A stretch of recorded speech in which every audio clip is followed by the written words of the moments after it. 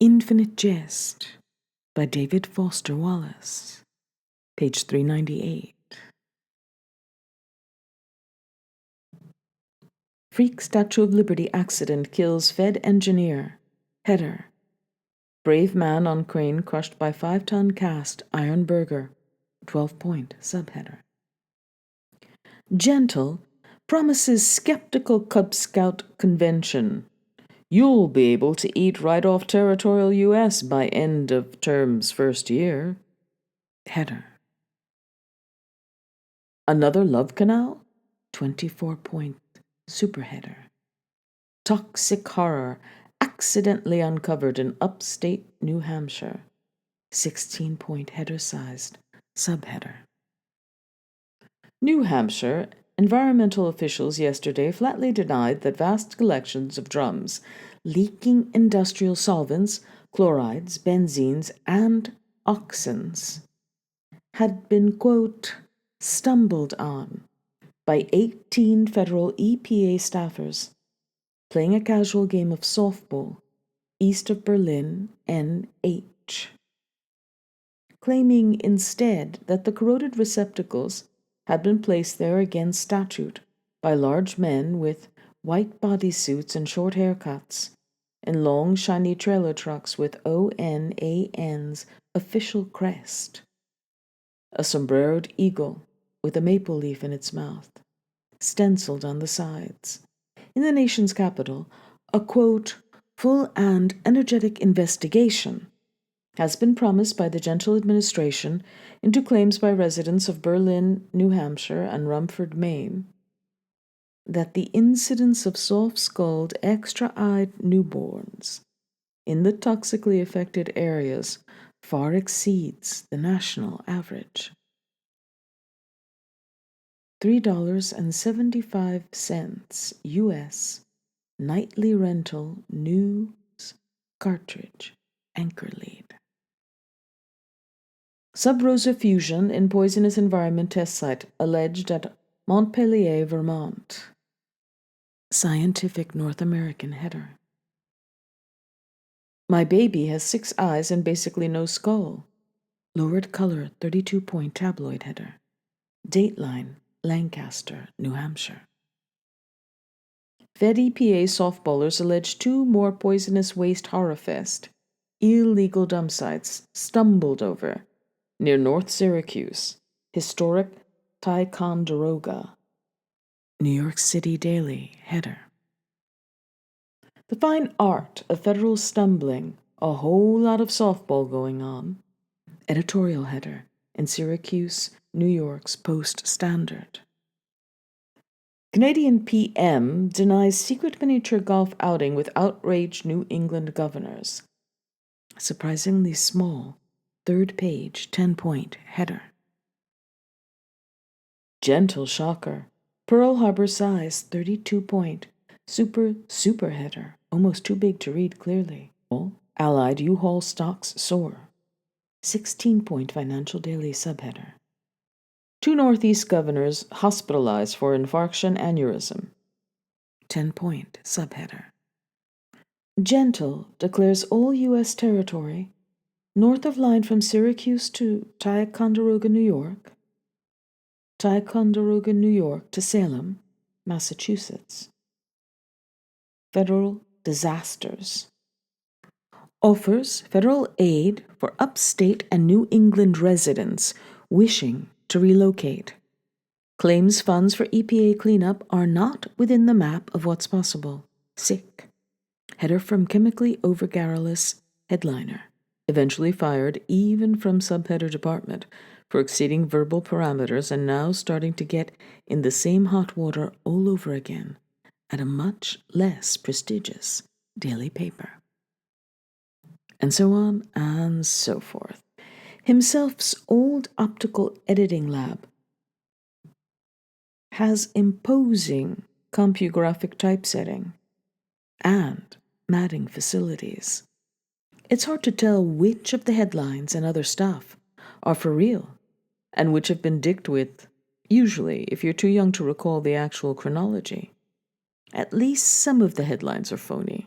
The kids know. Miniature golf indeed. But the accuracy of Mario's puppeteered account of the seminal meeting of what's come to be known as the concavity cabinet gets to stand uncontested by fact. Nobody who wasn't actually there at the 16th of January meeting knows just what was said when or by whom. The gentle administration being of the position that extant Oval Office recording equipment was a veritable petri dish of organisms. Gentle's clack of doo-wopping Motown cabinet puppets have purple dresses and matching lipstick and nail polish, and bouffants so blindingly afro-sheened that there had been special lighting and film speed problems in the custodial closet. Secretary Trees. You're looking vigorous and hale today, sir. Gentle.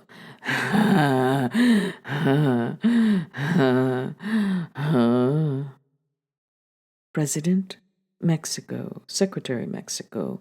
VCONAN. May I ask, Senor, who my distinguished co-vice chair of ONAN is not with us in attendance today? Gentle.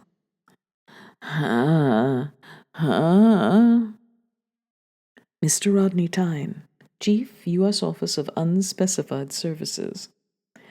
The President's taking a little pure oxygen today, boys, and has authorized me as his oral proxy on this, may I say, historically opportune day. The Canadian PM's in a bit of a snit. He prefers to whinge in the media surrounded by mounted reserves and is off somewhere far from Quebec in a Kevlar vest doing whatever the Canadian word is for doubtless poring over opinion polls prepared by chinless guys in Canadian horn rims. Mexico and some other secretaries. Various puzzled, apprehensive noises. Tyne. I'm sure you've all been briefed on the unprecedented but not unopportune crisis that obtains north of the almost perfectly horizontal line between Buffalo and northeast Massachusetts. Tyne arranges photos on seal-crested easels, a New Hampshire runoff ditch running off stuff a color nobody's quite ever seen before, a wide-angle horizon-stretching vista of skull-embossed drums with short-haired guys in white bodysuits walking around adjusting knobs and reading dials on shiny handheld devices. A very weird chemical sunrise, close in hue to the cabinet member's lipstick, over some forests in southern Maine that look way taller and generally lusher than January forests ought properly to be. A couple indoor-lit snapshots of multi-eyed infant crawling backwards, its ear to the carpet, dragging its shapeless head like a sack of spuds. The last displays a real heartstring plucker. All secretaries, various concerned and sympathetic noises, gentle, Tyne. Gentlemen, let the President just say that no one's prepared to say they're quite sure what's happened, or just which quote-unquote loyal part of the union or organization might responsibly be said to be culpable. But it's not the administration's immediate concern to point the leveling finger of blame or aspersion just yet or right now. Our concern is to act, to respond and act and respond decisively, swiftly, and decisively. Secretary of the Interior. We've come up with some extremely preliminary projections on the costs of detoxifying and or deradiating the better part of 4 U.S. states, sir. And I have to tell you, gentlemen, that even with the atmosphere of uncertainty at this point in time, of not yet having a definitive handle on just what kinds and combinations of compounds were found there, and how wide not your personally, sir. JG, you're just being a shorthand way for to say something like, I suppose, simply how wide the dispersal and toxicity parameters are shaping up to look. I have to relate that the figures we're looking at are almost staggeringly multi-zeroed, sir. Gentlemen. Time. Tighten in and expand on staggering, if you will, Blaine. Secretary of the Interior. We're talking at bare minimum a staggering amount of private sector caliber guys in white suits and helmets, not unlike your own helmet, sir, with a commensurately massive tab for the suits and helmets, plus gloves and throwaway booties and a lot of really shiny equipment with a great many knobs and dials, sir. Gentle. Time. Gentlemen, let's pay the President the due tribute of proceeding right to the bone of the matter. I think the President's position is rendered patently clear by the pure oxygen he's been forced to take here with us today. No way can we possibly permit territory publicly exposed as this befouled and waste-impacted to continue to besmirch the already tight and tidier territory of a new era's U.S. of A. The President shudders at the mere thought. Just the mere thought of it forces him to resort to oxygen. President of Mexico, Secretary of Mexico, VCONAN. I do not anticipate what options your federal and our continental government might consider options to this permitting, senors. Other secretaries. Tentative, puzzled nods and slightly off-key agreement noises. Time. Having been elected and conferred with a mandate on the clear and public anti-waste platform of the CUSP, the President is inexorably driven to see the only viable option being to give it away. Secretary of State. Give it away? Time. Expressly. Secretary of State. You mean simply tell the truth that Johnny's cusp platform necessitates, given the unfeasibility of shooting national wastes into space, since NASA hasn't put a successful launch on in over a decade and the rockets simply fall over and blow up and become more waste? That? Given the amount of additional waste annular fusion startup is going to start putting in circulation the minute startup commences, that his platform all but necessitates the second-tier option of transforming certain vast stretches of U.S. territory into uninhabitable and probably barbed-wired landfills and fly-shrouded dumps and saprogenic magenta fog toxic disposal sites?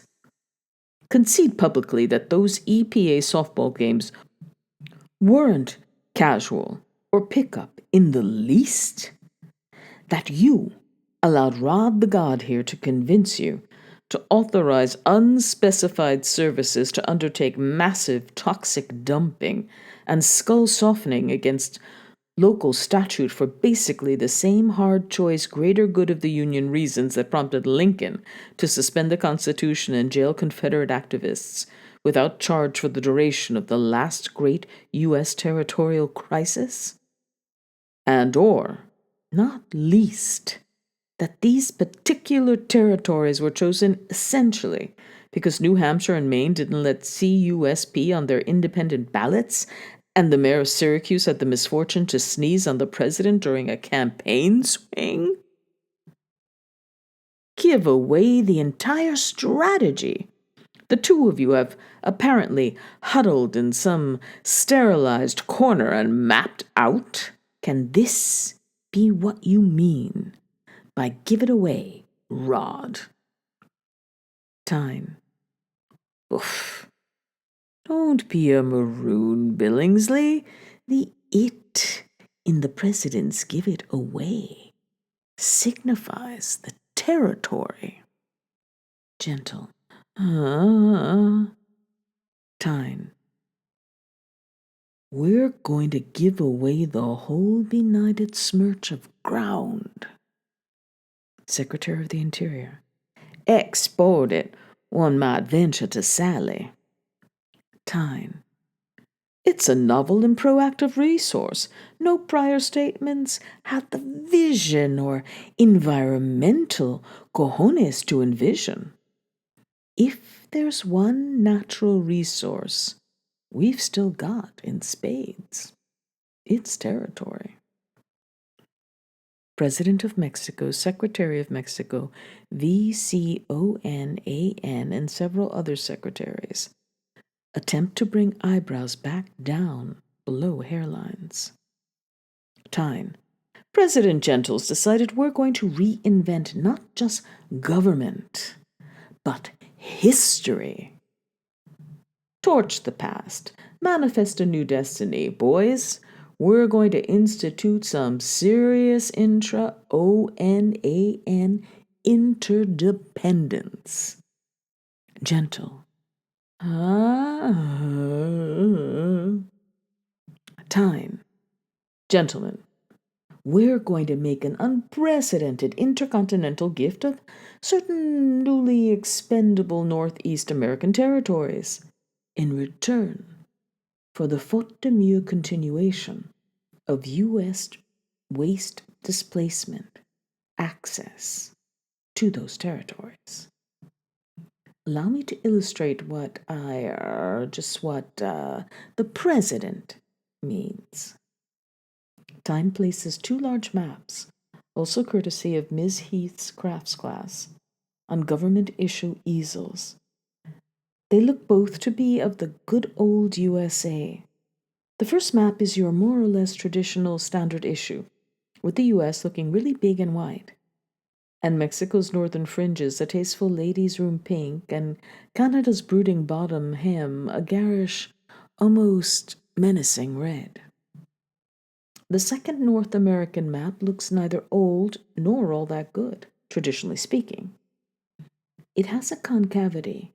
It looks sort of like some person or persons have taken a deep, wicked, canine-intensive bite out of its upper right bit, in which an ascending and then descending line has its near right angle at what looks to be the historic and now hideously befouled Ticonderoga, New York.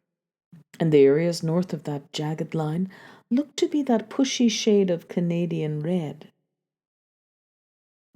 Now, some little rubber practical joke type flies, the blue-bellied kind that live on filth, are stapled in a raisin-esque dispersal over the red concavity. Tyne has a trademark telescoping weatherman's pointer that he plays with instead of using to point at much of anything. Secretary of State. A kind of ecological gerrymandering. Time. The president invites you gentlemen to conceive those two visuals as a sort of before and after representation of projected intra-ONAN territorial reallocations, or some public term like that. Redemisement's probably too technical. Secretary of State. Still, respectfully, not quite sure we at State see how inhabited territories can be sold to the public as, quote, expendable, when a decent slice of that public, by all reports, inhabits that territory, Rod. Gentle. Time. The president's proactively chosen not to hedge that high-cost, tough choice, possibly unpopular, lonely at the top fact one bit, guys. We've been moving forward full bore on anticipating various highly involved relocation scenarios. Scenario? Is it scenarios or scenario? Marty's on task on the scenario front. Kid brings up to speed, Marty. Secretary of Transportation. We foresee a lot of people moving south really, really fast. We foresee cars, light trucks, heavier trucks, buses, Winnebago, commandeered vans and buses, and possibly commandeered Winnebagos or Winnebago. We foresee four-wheel drive vehicles, motorcycles, jeeps, boats, mopeds, bicycles, canoes, and the odd makeshift raft, snowmobiles and cross-country skiers, roller skaters on those strange-looking roller skates with only one line of wheels down each skate. We foresee backpack-type folks speed walking in walking shorts and boots and Tyrolean hats and a stick. We foresee some folks just outright running like hell, possibly, Rod. We foresee homemade wagons piled high with worldly goods. We foresee BMW war surplus motorcycles with sidecars and guys in goggles and leather helmets. We foresee the occasional skateboard.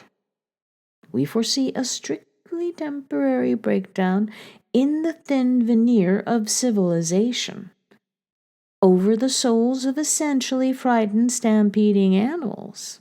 We foresee looting, shooting, price gouging, ethnic tensions, promiscuous sex, births in transit. Secretary H.E.W. Rollerblades, I think you mean, Marty. Secretary of Transportation. Oh, feedback and input welcome, Trent. Someone junior in the office foresaw hand gliders. I don't foresee demographically significant hand gliding personally at this juncture, nor, I need to stress, do we foresee anything you could call true refugees. Gentle. Time. Absolutely not, Mart. No way a down association rife term like refugee is going to be applicable here. I cannot overstress this too assertively. Eminent non-domain, yes. Renewal, grade brand of sacrifice, you bet. Heroes, new eras breed of new pioneers, striking in bravely for already settled, good old settled, but unfoul American territory. Bien sûr. Secretary of State. Bien sûr. Press secretary with queer combination of bangs and bouffant and pair of bifocals on slim chain bead around neck and resting in cleavage. Neil, over in Spin, has been pouring through resource materials. Apparently, the term refugee can be plausibly denied. If both, I'm quoting direct from Neil's memo here, if both A, no homemade wagons piled high with worldly goods are pulled by slow bovine animals with curvy horns, and B, if the percentage of children under 6 who are either A, naked, or B, squalling at the top of their lungs, or C, both, is under 20% of the total number of children under 6 in transit.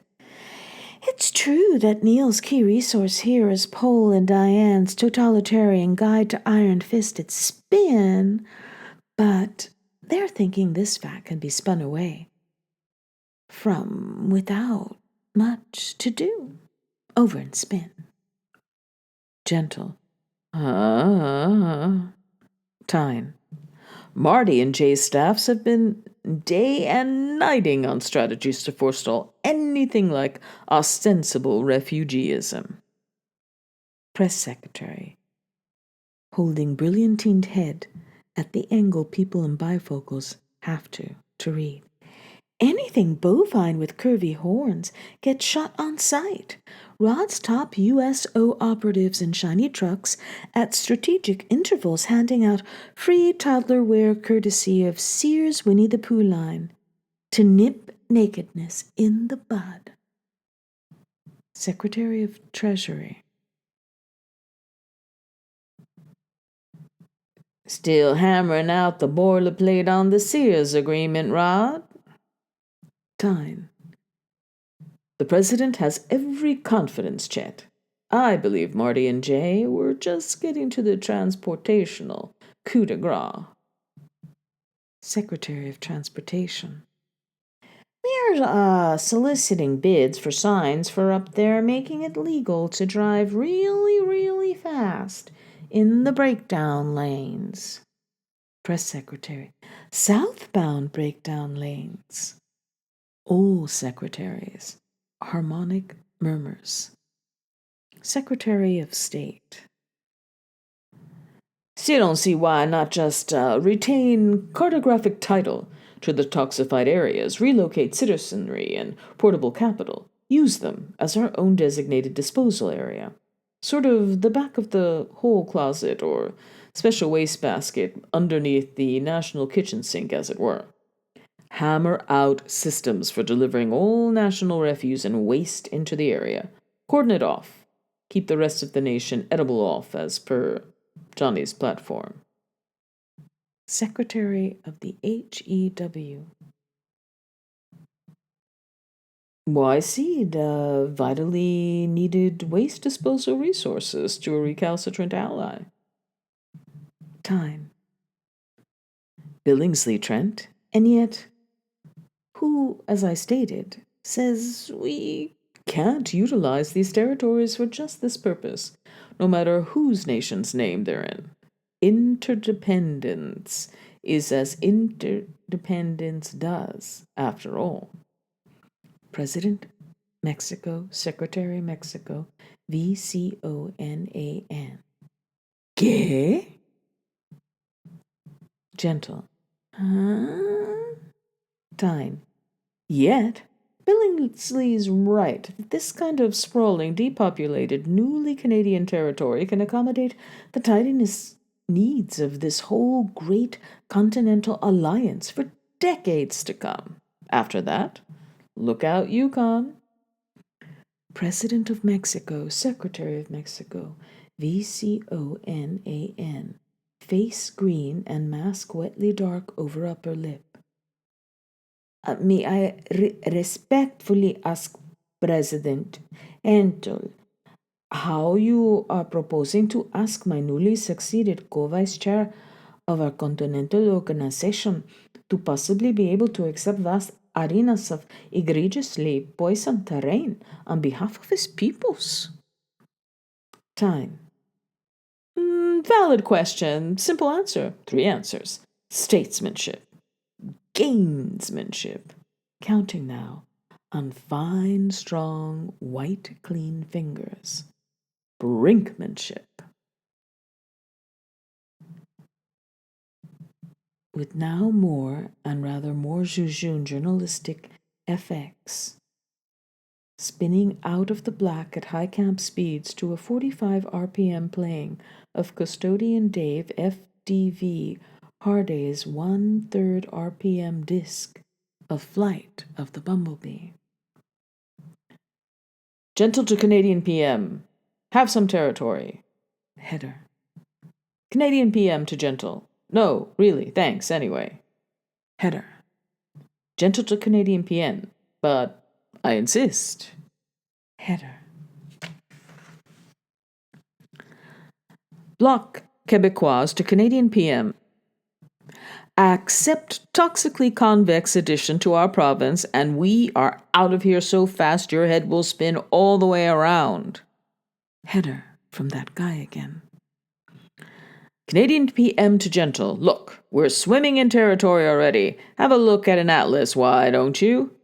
We have way more territory than we know what to do with already. Plus, I don't mean to be rude either, but we're especially unkeen on accepting hopelessly befouled territory from you guys, interdependence rhetoric or no. There's really just no way. And again. ABON 26 member EEC accuses U.S. of imperialist domination. Header. Third world vegetables hurled in UN imbroglio. 10-point subheader. Gentle to PM. Look, babe, take the territory or you're going to be really, really sorry. Header. Sin City shrink. Nation's velvetiest vocalist was hospitalized twice for mental illness. Tabloid header. President history of emotional instability alleged by Las Vegas MD. Respectable header. My garden now's got tomatoes I couldn't lift even if I could hack through their vines with a machete to even reach them. Tabloid header. Dateline, Montpellier, VT, with photo that simply has got to have been doctored. FEC called to investigate CUSP's header. Strategic misrepresentation of candidates' psych history has put nation, continent at risk. Dems charge. 12-point super subheader. Top aides huddle as worries over Gentle's pathological inability to deal proactively with any sort of real or imagined rejection mount in face of Canadian showdown. Meth-dependent headliner. Now at third tally in 17 months. Both financial and diplomatic communities have reacted with increasing concern to reports that President Gentle has isolated himself in a small private suite at Bethesda Naval Hospital with several $1,000s worth of sound and sterilization equipment and is spending all day, every day, singing morose show tunes in inappropriate keys to the USMC colonel, who stands near the dermalatix hypospectral sterilization appliance, handcuffed to the black box of United States nuclear codes. Unspecified Services Office spokespersons have declined to comment on reports of such erratic executive directives as ordering the Defense Department to commandeer department store giant Searco's entire inventory of Winnie the Pooh toddler wear under National Security Emergency Proviso 414, requiring armed forces personnel to take target practice at cardboard silhouettes at what appear to be oxen, water buffalo, or Texas longhorn cattle. Preparing the release of a presidential address to the nation cartridge that purportedly consists entirely of the president, seated at his desk, with his head in gloves, intoning, "What's the point of going on?" over and over, instructing silo personnel at all SAC installations north of 44 degrees to remove their missiles from the silos and then reinsert them upside down. And ordering the installation of massive air displacement effectuators 28 kilometers south of each such silo, facing north. Anchor's lead for kind of semi-cheesy, weekly lured, news-intensive summary cartridge. Unprecedented whopper. Revenues in third quarter credited by Pillsbury BK to Gentle's creatively proactive resuscitation of post-network advertising. Adweek, 14-point, full-color header. Gentle has completely lost mind, claims confidant OUS Chief Tyne at press conference, threatens to detonate upside-down missiles in U.S. silos, irradiate Canada with aid of ATHSCME hell fans. Header. Willing to eliminate own map out of sheer pique if Canada nixes reconfigurative transfer of aesthetically unacceptable terrain. Pretty obviously homemade subheader. This catastatic feature of the puppet film's plot that Johnny Gentle, famous crooner, threatens to bomb his own nation and Soxify neighbors in an insane pout over Canada's reluctance to take redemised title over ONAN's very own vast dump resonates powerfully with those members of the movie's ETA audience who know that this whole parodic pseudo ONANTAD scenario is actually a puppet a clef type allusion to the dark legend of one Eric Clipperton and the Clipperton Brigade. In the very last couple of years of solar unsubsidized time, this kid, Eric Clipperton, appeared for the first time as an unseeded 16-year-old in East Coast regional tournament play. The little town or academy hailed from slot after Clipperton's name on tournament draw sheets just said IND, presumably for independent. Nobody'd heard of him before or knew where he came from. He'd just sort of seepily risen some sort of human radon, someplace low and unknown, whence he lent the cliché win or die in an attempt grotesquely literal new levels of sense. For the Clipperton legend derived from the fact that this Clipperton kid owned a hideous and immaculately maintained Glock 17 semi-automatic sidearm that came in a classy little leather-handled blonde wood case with German High Gothic script on it, and a velvet gun-shaped concavity inside where the Glock 17 lay nestled in plush velvet, gleaming, with another little rectangular divot for the 17-shot clip. And that he brought the gun case and Glock 17 out on the court with him, along with his towels and water jug and sticks and gear bag.